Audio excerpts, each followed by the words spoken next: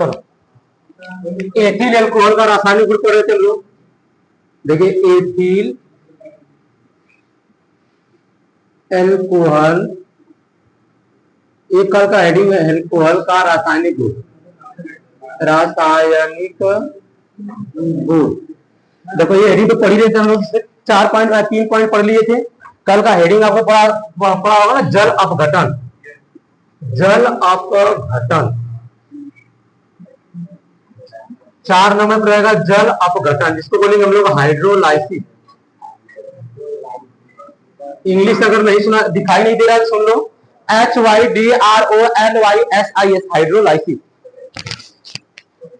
देखो ethyl alcohol को, देखो एथिल एल्कोहल को सांद्र एल्कोहल, अच्छा एल्कोहल को सांद्र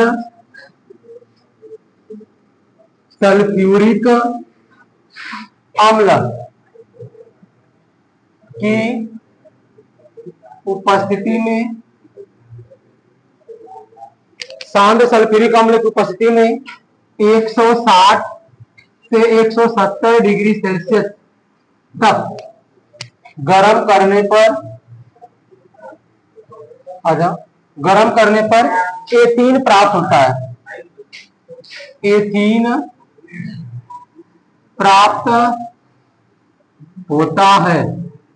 अब याद रखना इसमें टेम्परेचर 160 से 170 डिग्री सेल्सियस तक। अब देखो यहाँ पे ये हमारा हो गया C2H5OH, ठीक है, ये हो गया C2H5OH।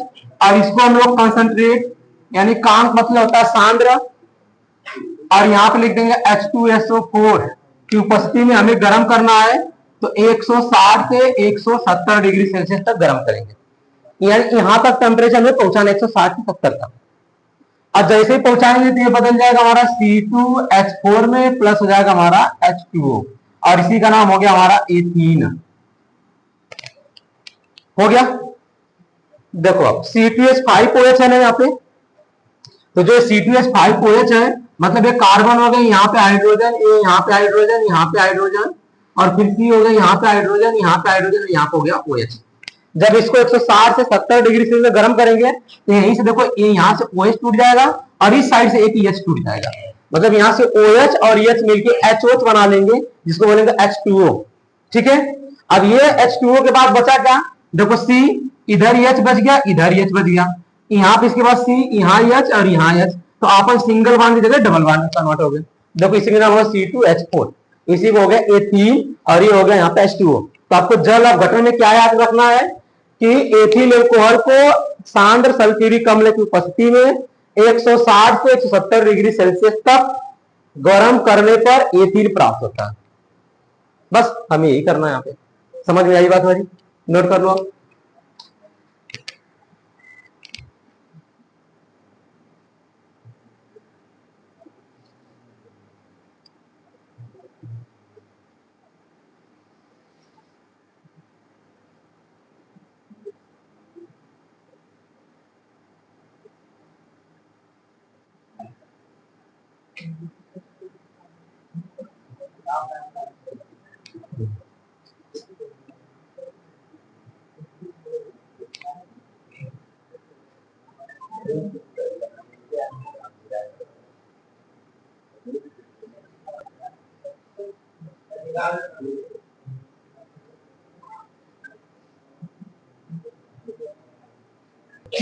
देखो अब ये पहला पार्ट हो गया हाइड्रोलाइसिस का। अब इसकी जगह देखो अगर हमने यहाँ पे चेंज कर दिया 160 की 160-70 जो है ना, अगर हमने टेम्परेचर डाउन कर दिया 140 डिग्री सेल्सियस गर्म किया, 140 डिग्री सेल्सियस तक अगर हमने गर्म किया तो क्या प्राप्त होगा यहाँ पे? नहीं, एथीन अब नहीं प्राप्त होगा, हमारा ईथर प्राप्त होगा। यहाँ पे क्या प्राप्त होगा? ईथर। ईथर प्राप्त होता है, ईथर प्राप्त होता है। ठीक है, आप समझ रहे थे, रिएक्शन वही रहेगा, अब चेंजेस क्या रहेगा? C2H5 कंसंट्रेट H2SO4, कंसंट्रेट मतलब सांद्र होगा, जैसे प्योर दूध होता है, अब उसी दूध में हमने पानी मिला दिया तो डाइल्यूट हो जाएगा, उसको तनु बोलते हैं और इसकी प्योर मात्रा होती है। और ये जो कंसंट्रेट H2SO4 होता है ये खतरनाक होता है आपको, जैसे अगर चेहरे पर गया, बॉडी पर गया तो पूरा जला सकता है। और जब इसका अगर मैंने आपको ऐसे लिख दिया डाइल्यूट करके लिख दिया, डाइल्यूट में तनु, जैसे बैटरी में पानी डालते हैं, डालते बैटरी वाले पानी, इन्वर्टर में बैटरी आती है ना, पानी डालते हैं हम लोग, तो उसमें देखो उंगली उंगली पड़ा तो कोई समस्या नहीं रहता, क्योंकि उसमें समझ लो कि अगर 10 ml कंसंट्रेट H2SO4 रहेगा तो कम से कम 4 से 5 लीटर पानी रहता है, तो उसे क्योंकि वो पूरी तरह से डाइल्यूट हो जाता है, उसमें पानी की मात्रा ज्यादा हो जाती है, तो वो नुकसान नहीं करेगा, लेकिन ये वाला नुकसान करता है। इसलिए सब लैब में जब जाते हैं तो पूरे प्रिकॉशन के साथ जाते हैं। अब टेम्परेचर कहां तक रखना है हमें, 140 डिग्री सेल्सियस तक, 140 डिग्री सेल्सियस तक टेम्परेचर रखेंगे। अब देखो इसका प्रोडक्ट चेंज हो जाएगा हमारा।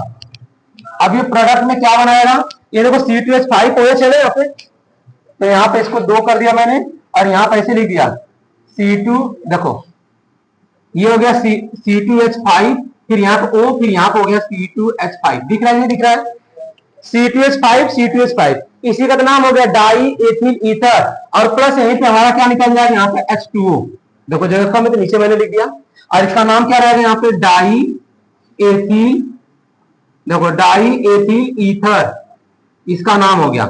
इसके 2 मॉलिक्यूल पार्टिसिपेट करेंगे, देखो C2H5OH के 2। अब ध्यान से देखो, अब C2H5OH फिर C2H5OH, इसका 2 यहाँ पे देखना, ये लिखना नहीं, बस आपको यही लिखना है। देखो आपको ये हो गया C2H5OH, अब इसके 2 मॉलिक्यूल आ गए। अब यहाँ पे देखो C2H5OH, एक यहाँ पे हो गया, एक यहाँ पे, 2 हो गया, तो यहाँ से क्या किया, यहाँ से H ले लिया और यहाँ से OH निकल गया H2O, यहाँ पे देखो O बचा नहीं बचा हमारा, तो इसके साथ ऐसे ऐड हो गया, तो ये यहीं पे लिख दिया गया, आपको आ जाओ C2H5O, फिर इसके बाद हो गया C2H5O, इसी का नाम हो गया ना डाई एथिल ईथर। अगर आईपीएससी में आपको लिखवाया गया होगा तो ऐसे लिखवाया गया होगा वो एथॉक्सी एथेन करके, ये देखो आईपीएससी में बताया गया होगा कि ऑक्सीजन से जुड़े हुए दोनों कार्बन, दोनों साइड कार्बन परमाणु रहेंगे, जिधर कार्बन की संख्या कम उसको एल्कोक्सी मान लेंगे, आईपीएससी पढ़ाया था ना, फिर अनसॉल्व कराऊंगा फिर बताऊंगा आपको, और जिधर ज्यादा रहेगा उसको एल्केन मान लेंगे, तो दोनों साइड बराबर है, तो चाहे इसको एथॉक्सी मान लो चाहे इसको एथॉक्सी मान लो, इसका नाम क्या हो जाएगा, इसका नाम ऐसे हो जाएगा एथॉक्सी एथेन। ये कौन सा नाम हो गया, ये आईपीएससी नेम हो गया, और ये कॉमन नेम हो गया डाई एथिल ईथर। समझ में आई बात हमारी। तो आपको याद क्या करना है, जब क्वेश्चन आए उसमें ये ध्यान देना, टेम्परेचर कौन सा दिया, 140 दिया है तो डाई एथिल ईथर बनेगा, और टेम्परेचर 160-70 कह रहा है तो एथीन बनेगा, ये याद रखना, और ये रिएक्शन है, नोट कर लो।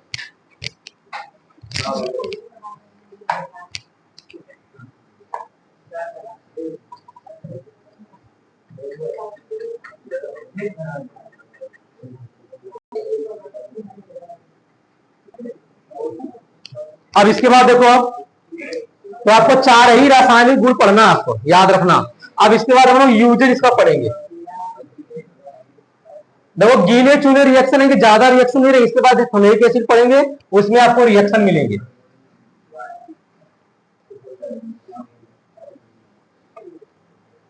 तो आप हेडिंग डालेंगे एथिल एल्कोहल के उपयोग, यही डालोगे आप एथिल एल्कोहल के उपयोग, ये हो गया आपका यूजेज ऑफ एथिल एल्कोहल। चलो पहला नंबर इसमें लिख लेंगे हम लोग, एथिल एल्कोहल का उपयोग कहां पर करेंगे, एथिल, शांत रहो सब लोग, एथिल एल्कोहल का उपयोग, एथिल एल्कोहल का उपयोग कार्बनिक विलायकों, कार्बनिक पदार्थों के विलायक के रूप में, विलायक के रूप में किया जाता है, ठीक है, किया जाता है। दूसरा नंबर देखिए,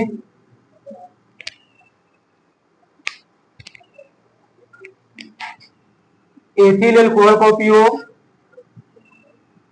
एथिल एल्कोहल का उपयोग, एथिल एल्कोहल का उपयोग ईथर, डाई इत्यादि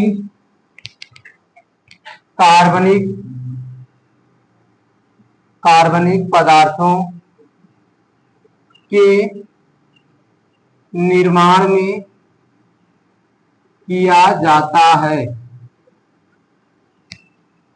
तीसरा नंबर, एथिल एल्कोहल का उपयोग एथिल एल्कोहल का उपयोग नशीली पदार्थों के निर्माण में किया जाता है। ठीक है।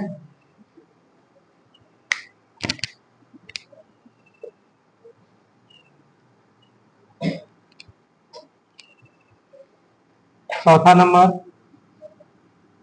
इसका उपयोग परिरक्षण के रूप में किया जाता है।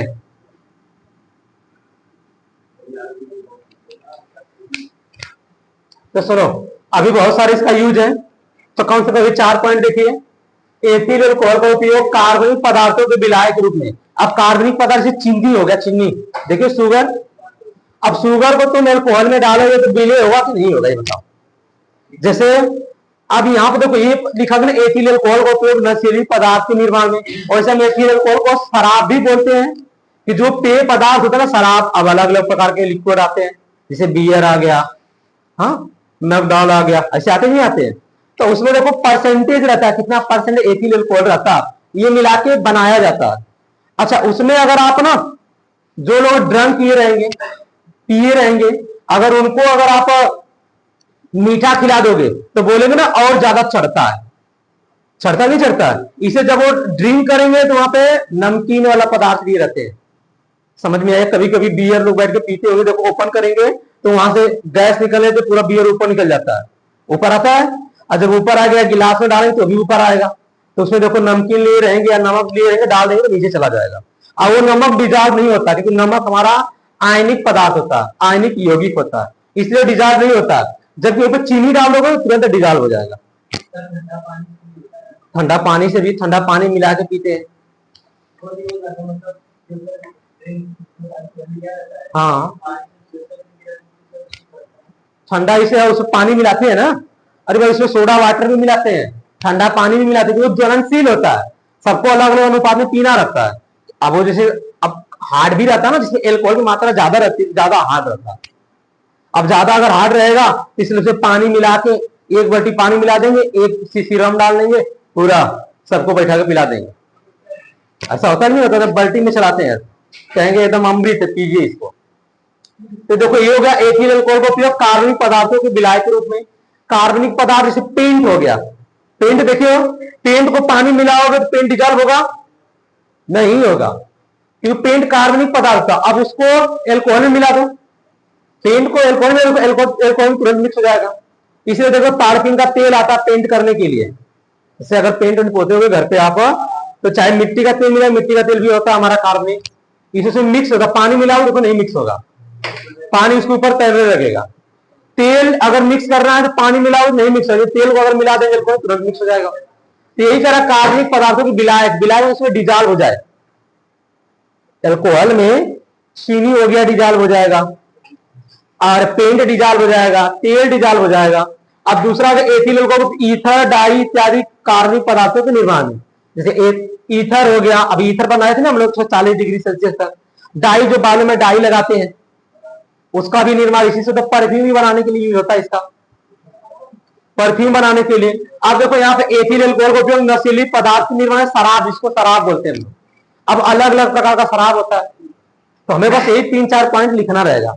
और इसके बाद इसका उपयोग परिरक्षण के रूप में, परिरक्षण के रूप का मतलब हो गया ना सेफ्टी के लिए। जैसे अगर आप अचार को सेफ्टी करके रखना रहेगा, तेल डालते हैं, तेल और उसके साथ साथ हम इसमें नमक डाल देते हैं। समझ में आई बात हमारी?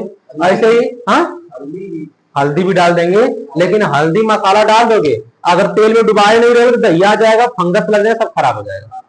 इसे तेल में डुबा के रखते हैं, नमक मिलाते हैं क्योंकि उसमें बैक्टीरिया है तो मर जाए, डेड हो जाए।